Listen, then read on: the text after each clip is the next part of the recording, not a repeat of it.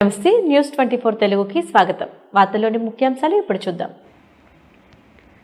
RSS వ్యవస్థాపకులు doctor Keshavarao Baliram Hedgewar జన్మదినం సందర్భంగా ముమ్మడివరం విష్ణాలయంలో నిర్వహించిన ఉగాది ఉత్సవంలో ముందుగా ఆయనకు ఆర్దిసర్ సంఘ్ చాలక్ ప్రణాం సమర్పించి ఆయన చిత్రపటానికి నివాళులు అర్పించారు. ముఖ్య వక్త ఆర్ఎస్ఎస్ విభాగ్ కార్యవాహ వెల్లపుకొండ వీరభద్రరాజు మాట్లాడుతూ ప్లాస్టిక్ వాడకూడదని, నీటిని వృధా చేయకూడదని, సమాజ పరివర్తన కోసం ఆర్ఎస్ఎస్ ప్రతిపాదించిన పంచ పరివర్తన, సామాజిక సమరసత, కుటుంబ ప్రబోధన్, పర్యావరణ పరిరక్షణ, స్వదేశీ భావన, పౌర నిధులు అనే 5 అంశాలను ప్రతి భారతీయుడు ఆచరణలో పెట్టాలని ముఖ్యంగా పెట్టుకుందని అన్నారు. ఆర్ఎస్ఎస్ శతవసంతాల పూర్తి చేసుకున్న సందర్భంగా ముమ్మడివరం విష్ణాలయం సెంటర్ నుండి ఆంజనేయ స్వామి ఆలయం వరకు ఆర్ఎస్ఎస్ రూట్ మార్చ్ నిర్వహించారు. ఈ కార్యక్రమంలో స్వయం సేవకులు అందరూ ఆర్ఎస్ఎస్ యూనిఫామ్లో పాల్గొని ఒక క్రమ పద్ధతిలో వారు ర్యాలీగా నడుస్తున్న తీరు అందరినీ ఆకట్టుకుంది.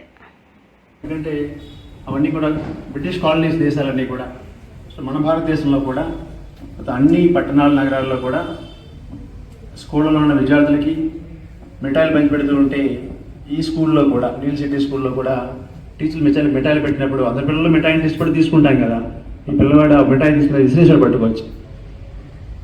మహారాణి అంట నా దేశాన్ని బానిస దేశం చేసి పరిపాలిస్తూ ఉంది, ఆమె కార్యక్రమం నా మిఠాయి పెట్టమని విసిరేసి ఇంటికి కోపంకి వెళ్ళిపోతే వదిన అడిగింది, బాబు ఏంటి ఎలా ఉన్నావు కేశవ, మొహం ఎలా ఉందని అడిగితే వదిన చూడు మహారాణి అంట ఎందుకు నేను మిఠాయి తినాలి, అందుకే నాకు కోపం వచ్చిందని చెప్పేసి అంటాడు అనమాట. సో ప్రఖర దేశభక్తుడు అని అంటాం కదా, పువ్వు పుట్టకనే పరిమళించిన పదం వాడుతూ ఉంటాం.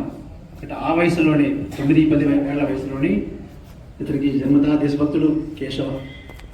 చక్కగా చదువుకున్నాడు, విద్యాభ్యాసం అయిపోయిన తర్వాత కాలేజీకి వెళ్ళాలి, మెడిసిన్ చదవాలి, సమాజంలో పెద్దల సహకారంతో, ఆర్థిక సహకారంతో మెడిసిన్ చదవడం కోసం కలకత్తా ఎంపిక చేసుకున్నాడు. నాగపూర్లో కూడా మెడికల్ కాలేజ్ ఉంది, కానీ కలకత్తాలో కాలేజ్ విశేషం ఏంటంటే జాతీయ వైద్య కళాశాల అని, విప్లవీరుల కేంద్రం కలకత్తా అంటే. అక్కడ ఎంపిక చేసుకుని అక్కడ చేరాడు.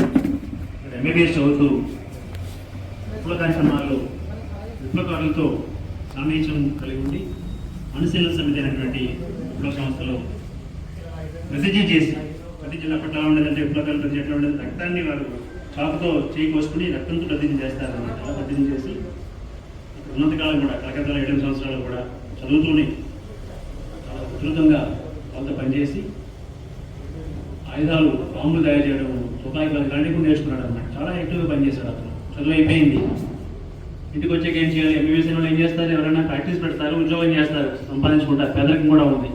చెప్పాడు, అన్నయ్య వదిన క్షమించండి, నా ఆలోచన వేరే ఉంది, వివాహం చేసుకోవడం కానీ ఉద్యోగం చేయండి, నేను దేశమాత కోసం ఉందాం అనుకుంటున్నానని చెప్పేసి సున్నితంగా చెప్పాడు. అప్పటి నుంచి కూడా ఈ మార్గం అనుకున్నాడు. 1920 ఆ టైం అది. ఇప్పుడే లోకమాన్య తిలక్ గారు పరంపదించారు, మంచి నాయకుడు తిలక్ అంటే పరంపదించారు.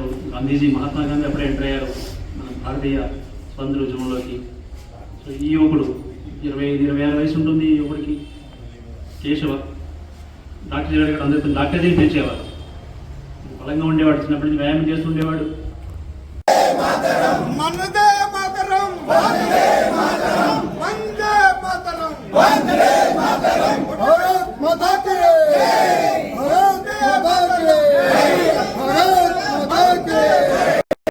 देश की रक्षा कौन करेगा, देश की रक्षा कौन करेगा, धर्म की रक्षा कौन करेगा, धर्म की रक्षा कौन करेगा, भारत माता के, भारत माता के, वंदे मातरम, वंदे मातरम, मातरम, मातरम,